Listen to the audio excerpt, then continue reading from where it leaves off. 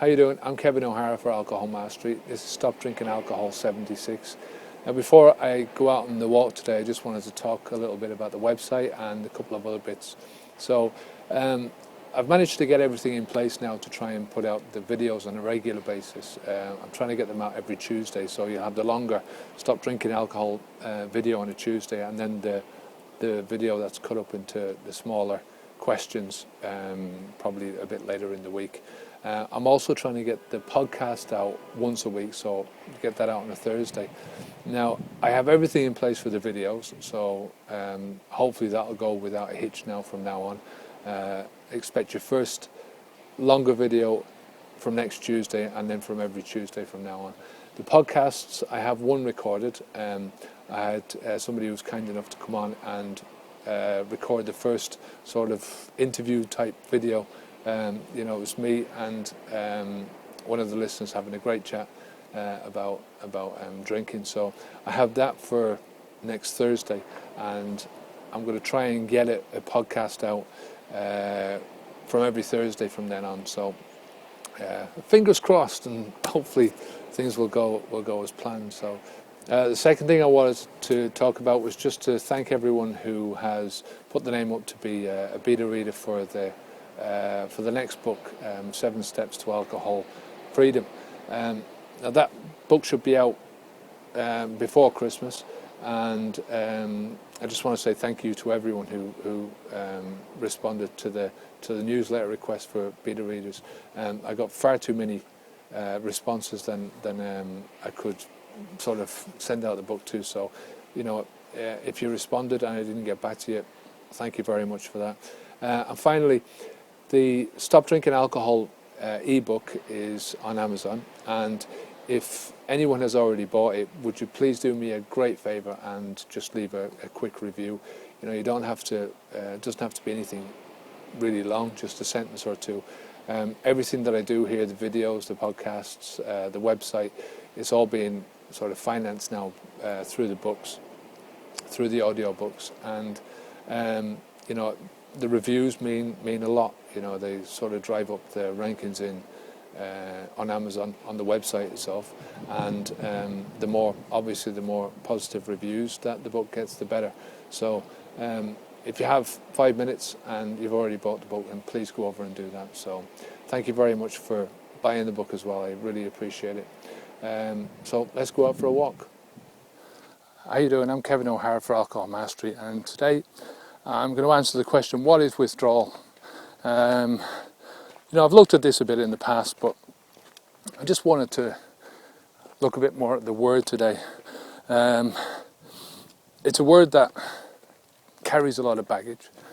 It's a word that it's very abstract, so it just carries different meaning for anybody who looks at it. It's not going to have the same meaning for anyone. Most of us, when we think about withdrawal, we start thinking about it in terms of what drug users will go through, and we'll start to imagine some fairly scary associations that we have. We tend to think about withdrawal as maybe somebody who is sitting in the corner shaking, and sweating profusely and is in deep pain and all that kind of stuff. Or maybe you just think about withdrawal as somebody who can never get a real life back again, that they're going to be constantly in this state of wanting to get back to the drug. By changing the way you think about quitting drinking, I think you can alter the way that you think about withdrawal or symptoms or any of the other stuff that goes through your mind when you're thinking about quitting drinking, or what goes through most people's minds. The way I try to think about it, the way I try to teach it, is that instead of moving away from alcohol and giving up doing something, that you're actually moving towards something in your life, whether that is you're moving towards a goal, you're trying to get an achievement in your life, or you're trying to get better relationships in your life. It's all a process of moving towards something rather than moving away from something. You know, we're talking here about a drug that's not classified as a drug, that's been foisted on us since the day we were born. You know, it's a drug that everyone around us seems to use, and that everyone else seems to be oblivious of, you know, and only when you get into trouble are you actually a druggie and you're considered to have a problem. But in reality, it's when you stop drinking and you stop poisoning your mind and you stop interfering with the natural electrical impulses that you've got in your brain that you actually start to retake some power back to yourself, that you get the power to achieve the things that you want in your life and to pursue those goals. You know, once you can start to think about quitting alcohol in this way as moving towards the aspirational targets in your life and away from the poisoning, that's really when you start to you can start to see all the process of withdrawal as not as withdrawal, as drug withdrawal, but as a transition from one state into another, from being a druggie into not being a druggie, from being trapped into this continuous cycle of drink and get drunk and recover and drink and drug and recover into the freedom to do what you want. In the freedom to know that you can get up the next morning and do exactly what you want because you're not hungover, in the freedom to have more money in your pocket and more brain cells in your head. So withdrawal, in inverted commas, this transitioning process is pushing your body, is first of all getting rid of the alcohol out of your system. So that doesn't take very long. You know, at the most, you're talking about 3 to 4 days before there's, you know, if you had your urine measured for alcohol, they say 3 or 4 days, and then that's it. You'll have no more signs left in your body that you've had alcohol, apart from the damage, of course. And this is all going to depend, obviously, on the size, you know, how big you were, what weight you were, what age you were, your level of physical fitness, all that kind of stuff. Once you have no alcohol left in your system, then it's no longer about the alcohol. It becomes about the lack of alcohol. So your problems are not physically based, they're psychologically based, so it's in your mind. You know, because if there's no alcohol left in your system, you know, the alcohol cannot be influencing you. So it must be in your head. There's no other place to look for it. It's like what I was saying in a video last week. The first place and most of the heavy lifting that you're ever going to do when you quit alcohol is in your head. There is physical symptoms. I don't like to call them symptoms, but there's a physical element to the psychological thing. So, you know, if you've been using alcohol to relax in the evening, then it's going to take time before your body metamorphoses itself into being able to relax with something else.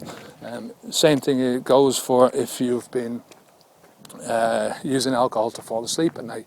Same thing, you know, it's going to take a little bit of time before your body really gets used to the lack of alcohol in your system anymore. If you're using alcohol for problem solving, anything like any other issues like that, it's going to take time to learn new skills, for your body to become accustomed to things like that. You know, the transformation is going to take time. It's not going to happen overnight, and it's going to depend on who you are and how you're physically made up. You know, for one person, they might not notice any discernible effects after they've given up drinking, except maybe a few sleepless nights. Other people, it might take a couple of months before they see any, you know, they see any normality coming back into their lives. It just depends. But it also depends on where your head is at the start. You know, if you're thinking in your head that you're giving up something, that you're leaving behind this long lost, this friend that's been around you for your life, and a friend that's helped you through difficult situations, and you're going through a grieving process, then it's going to be a lot more difficult for you to transition, to make the transition, and maybe impossible in the long run if you continue to think like that. Whereas on the other hand, if you look towards the future and you see that alcohol is the thing that's been holding you back all these years, that look at how many opportunities that you've missed up on because you've been drinking, or how many problems you've got yourself into. I mean, I know myself that the amount of problems that I created for myself because of my drinking was immense. And I can't believe how much I've achieved since I stopped drinking. And I'm not even at the 2-year mark yet, and I'd say I've got 10 years worth of work done in comparison to what I would have achieved if I'd have carried on drinking. Even if I'd have got that far, God knows, where I would be now if I hadn't stopped. So like I say, it is all down to mastering the discomfort for a while, and however long that discomfort lasts, you've got to master it. You've got to get a grip around your head from the beginning. Understand that you're not giving up no friend. This fucker is no friend of yours, all that is propaganda. It's all been wired into your brain from birth and all throughout your life. And God bless your parents, but, they're partly responsible for it. As I am responsible for my kid. And, how much I don't like to say that. It's a fact.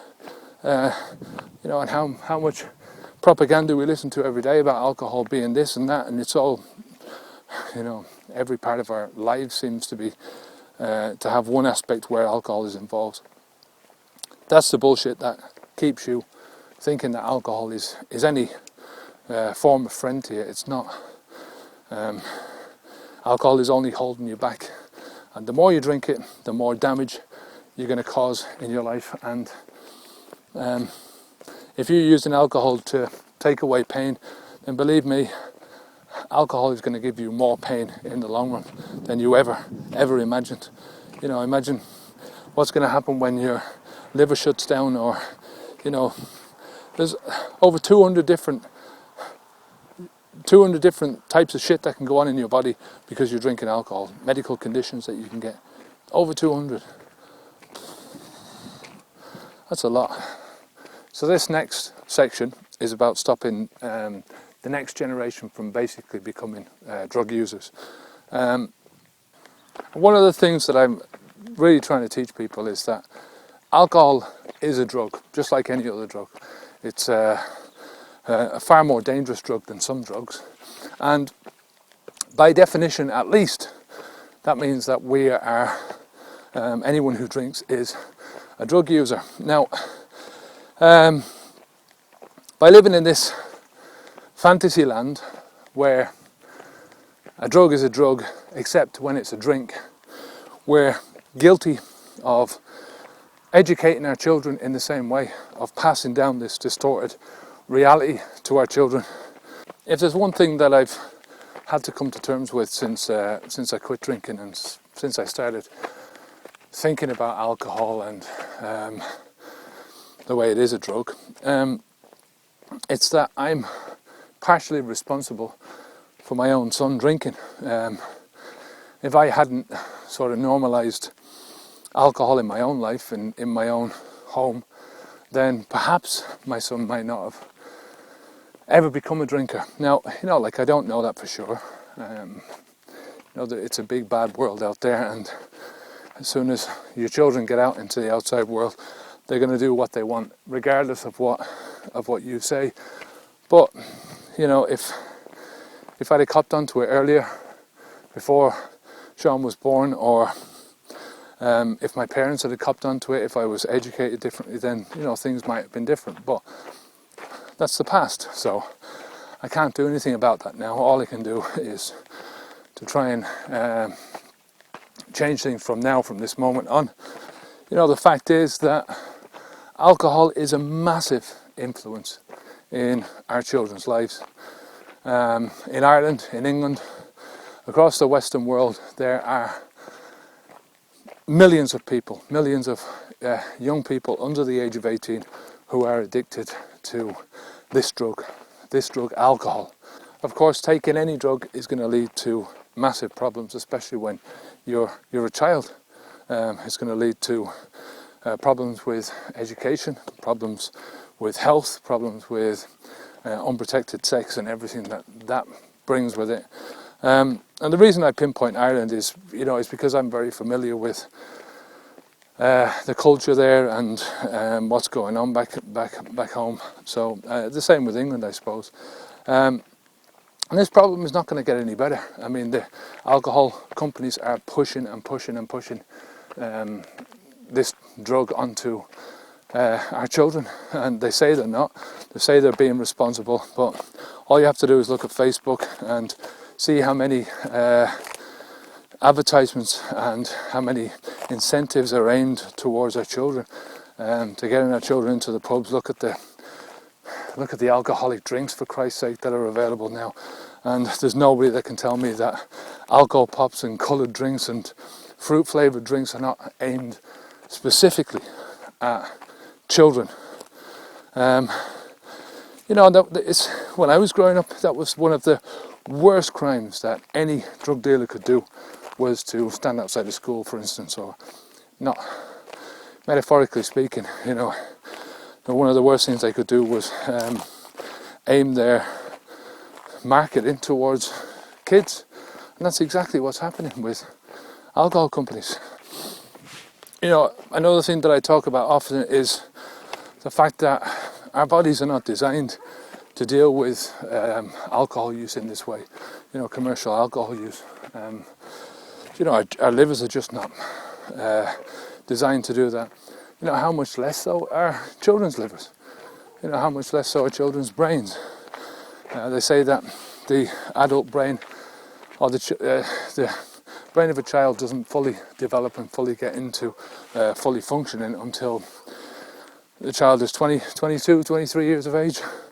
So all those areas in the front of the brain that are responsible for decision making, for planning, for checking emotions, for judging and controlling outcomes, for impulsive behaviour. This is not developed until 23 years of age. So it's no wonder why teenagers do get into a lot of trouble, but especially when there is a drug that is freely available that they can get their hands on. They're far more susceptible to the advertising messages than we are as adults, and as adults we're very susceptible to them. So you can imagine how much more susceptible, inexperienced teenagers are. And regardless of what the alcohol companies say, they're doing their damnedest to try and get teenagers through the door, despite the fact that they're preaching responsibility to the rest of us and saying that they are being responsible towards our youth. Again, the language that we use is a big part of the problem.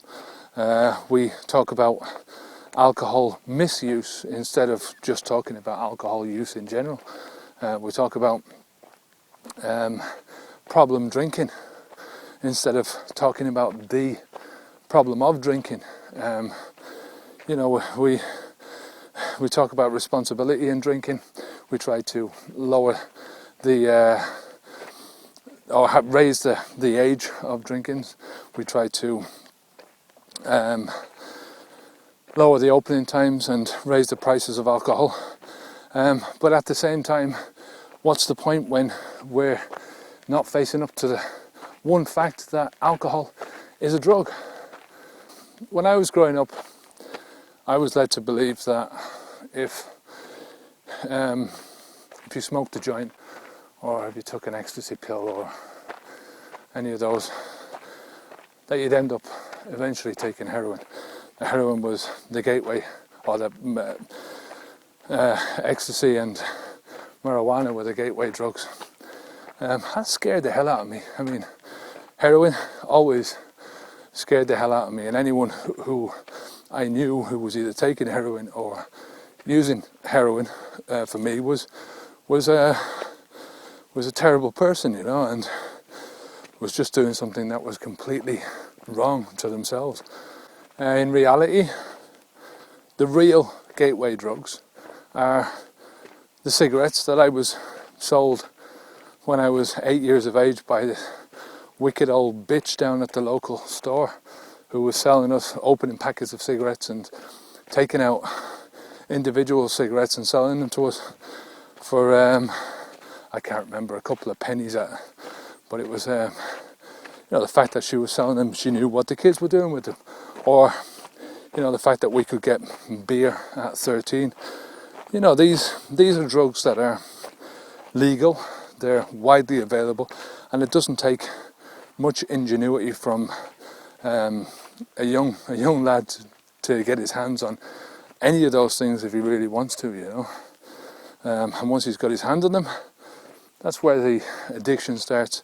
And the fact that the adults are doing this, the adults in the family are doing this, the adults in society are doing this, just makes it less scary to him. He doesn't look at it the same way as heroin, as the big bad heroin or cocaine or angel dust or any of those bad drugs, So even if our children did find it hard to get a hold of these drugs when they were kids, even if they found it impossible to get a hold of these drugs when they're kids, the fact that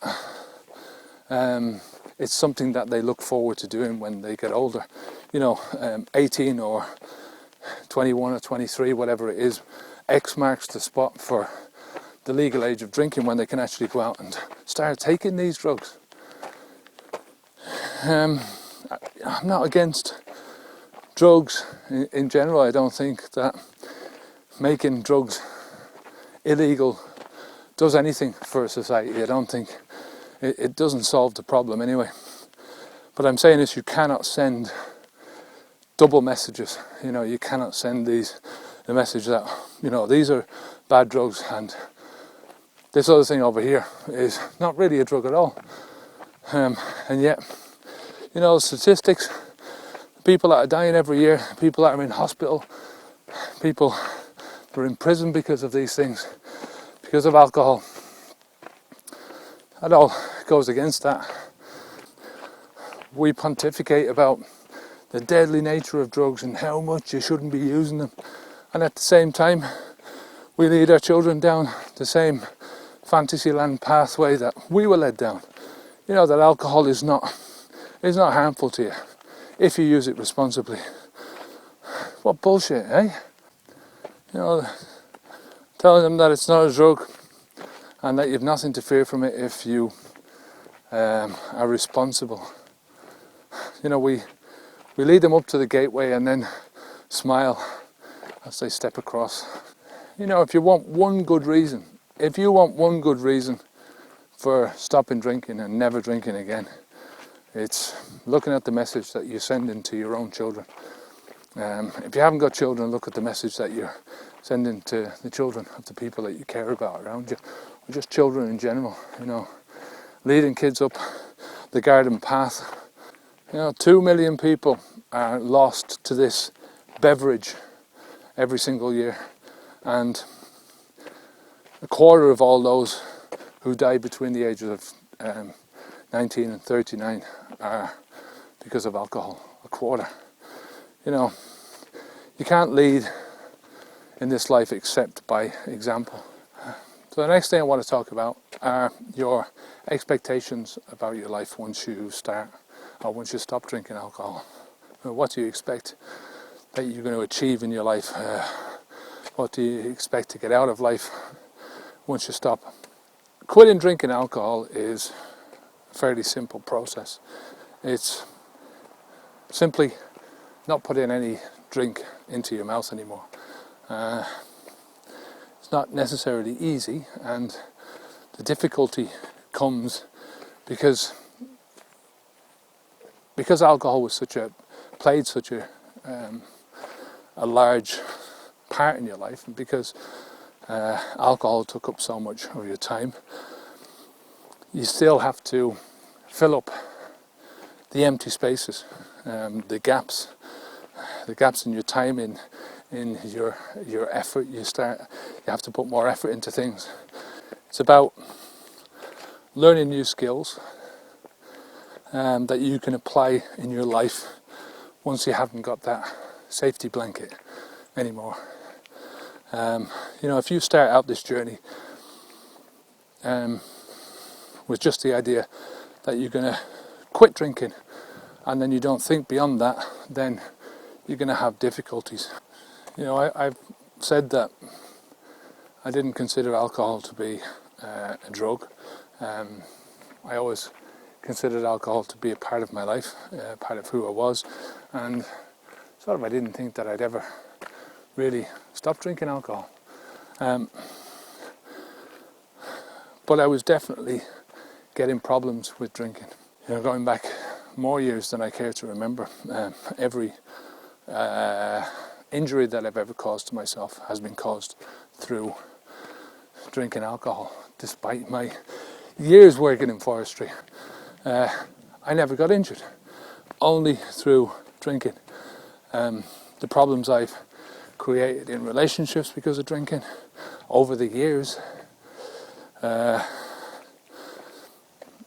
finally the health problems that I've started to accumulate in my body because of all those years of drinking. So eventually you come to a spot where you have to really sit down and admit to yourself that alcohol is a problem. And most people don't want to get to that stage because there's all this bullshit about calling yourself an alcoholic, sticking this label on your back, and you're some kind of a loser for the rest of your life. No, you're not a loser. You're the person who is facing up to this thing. The person who has got the nous enough to know that your problems are being caused by alcohol. How many people go through their whole lives and never do anything about it? They continue to cause problems for themselves first and foremost, but because they're causing problems for themselves, they're causing problems to other people. How many people do that in their lives and never do anything about it? Too many. So far from being having a problem once you quit drinking alcohol and sticking this label on your back, you're getting yourself free.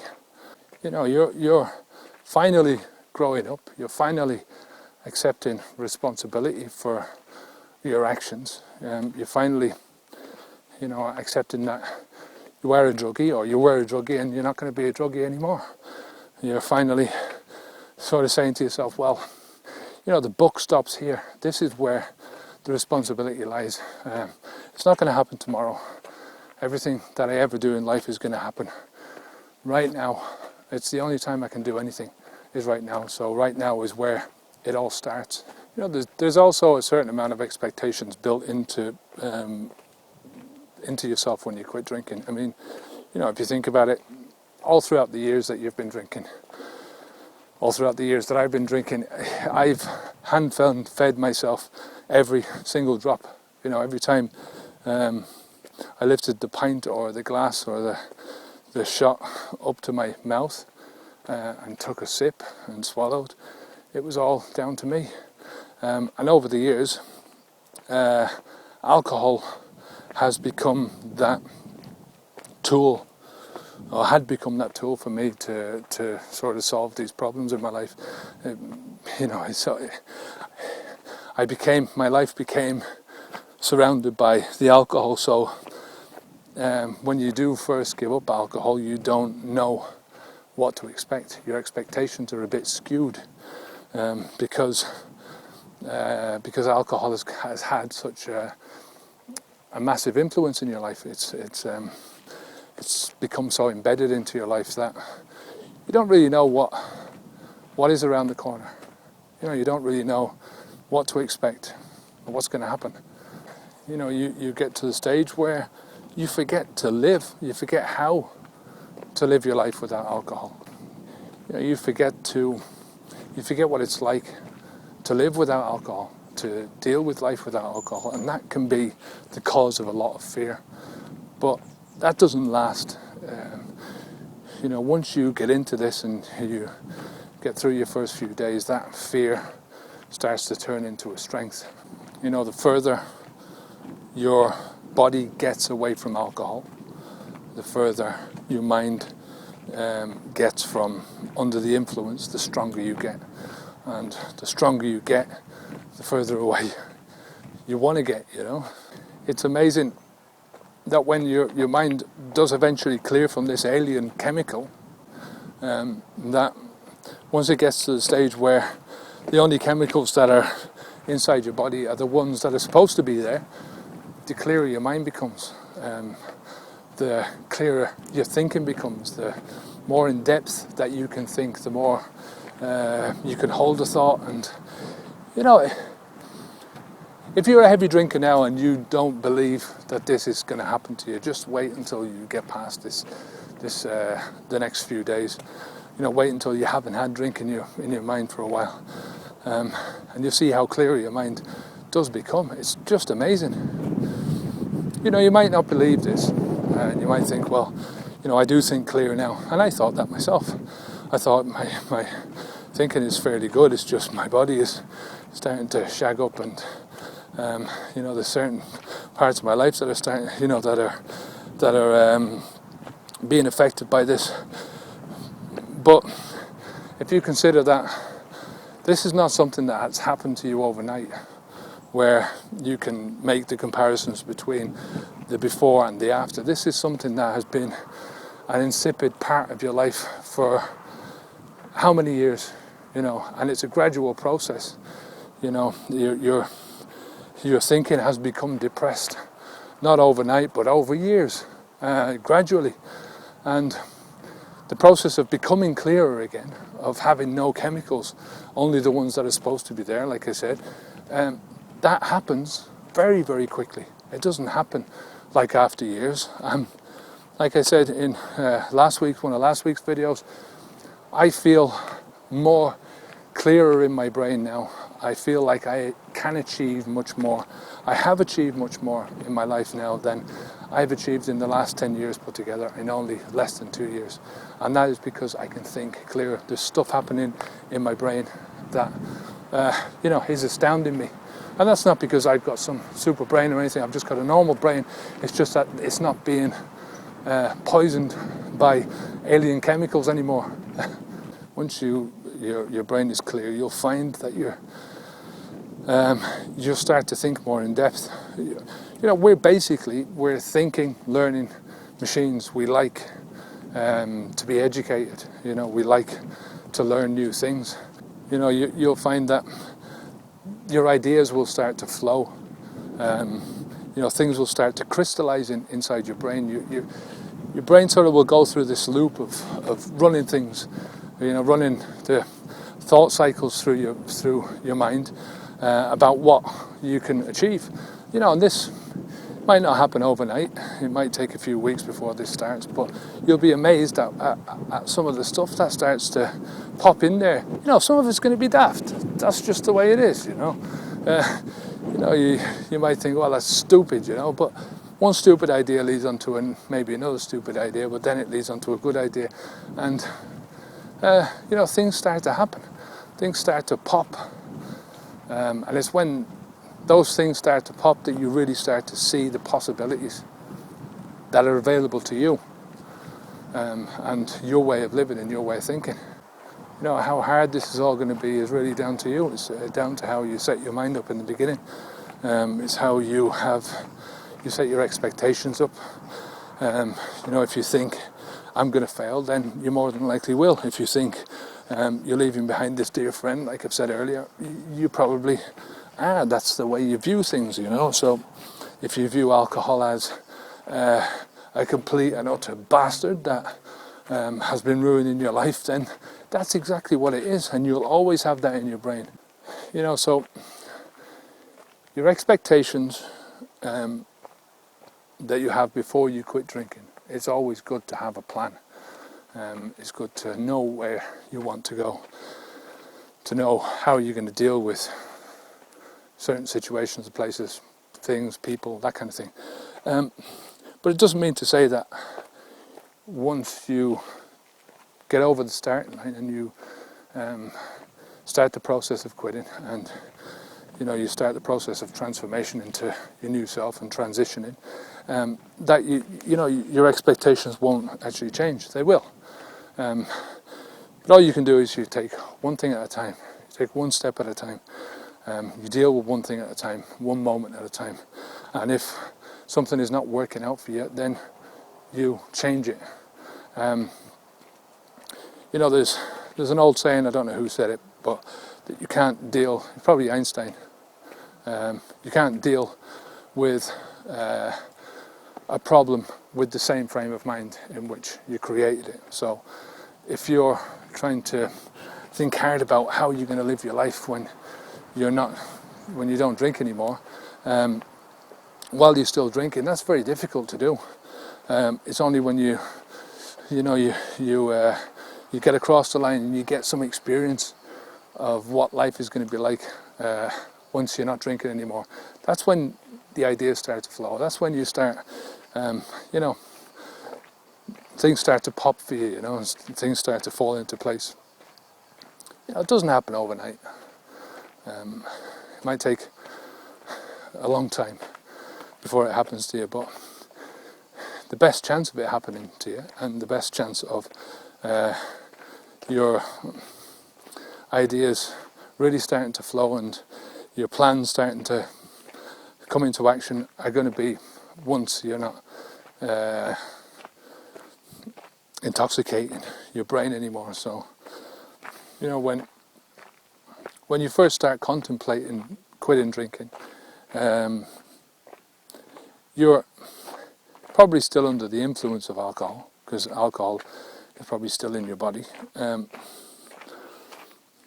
But your mentality is that of a drinker. So your whole way of thinking revolves around drinking and getting drunk, and that's the way you deal with life, is to drink, to use alcohol. And even when you stop drinking, you still, the parts of your brain, your habit still associates itself with you being a drinker. You don't know what it's like not to be a drinker. Now you have these big holes that are appearing in your life, in your routine, that weren't there before, and you've got to find ways of filling them. So one of the tricks is really to not think too much about your expectations afterwards, about what is really going to happen. You need to have your tools set up so that you know what's going to happen. If a certain thing happens, if this happens, then I will do this. If this other thing happens, then I will do this. So if I'm bored, I'll get up and I'll go for a walk. If that doesn't work, I'll do something else. If I can't sleep at night, I'll do this, or I'll increase my getting ready for bedtime the night after, so I'll have a bath, or whatever. It's those type of things that you can do for yourself, but you never know what's going to happen from moment to moment. Another thing that you can look at with your expectations is whether or not they are actually your expectations, or whether they've been put there by somebody else. For instance, one of the things that many of us do before we quit drinking is to look onto the internet. It's just the most available place now for information about what to expect. And a lot of those internet websites are written by people who have no experience with quitting alcohol. They're talking about third-party stuff. They're talking about stuff that might never happen to you. That you might go through, or you might not go through. More than likely, you won't go through. So Are you setting yourself up with the expectations of this kind of thing happening to you when when it's not going to happen to you? That kind of thing can add a bit of fear that you don't need at this stage.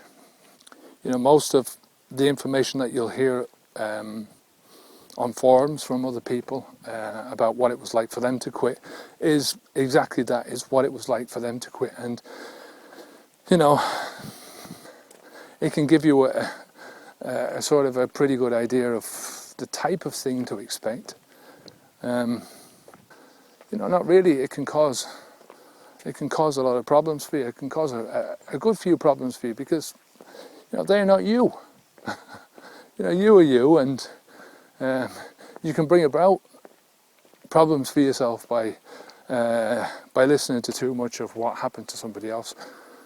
Some guy tells you, well, when it was awful and it's still happening to me a year afterwards and stuff like that, and all of a sudden you're thinking, for fuck's sake, this other guy told me, it didn't last long and that he never got anything off it, and now this guy's saying that he's still having symptoms after a year. You have to think about these things. Who's this guy that's telling you this problem? Is this real?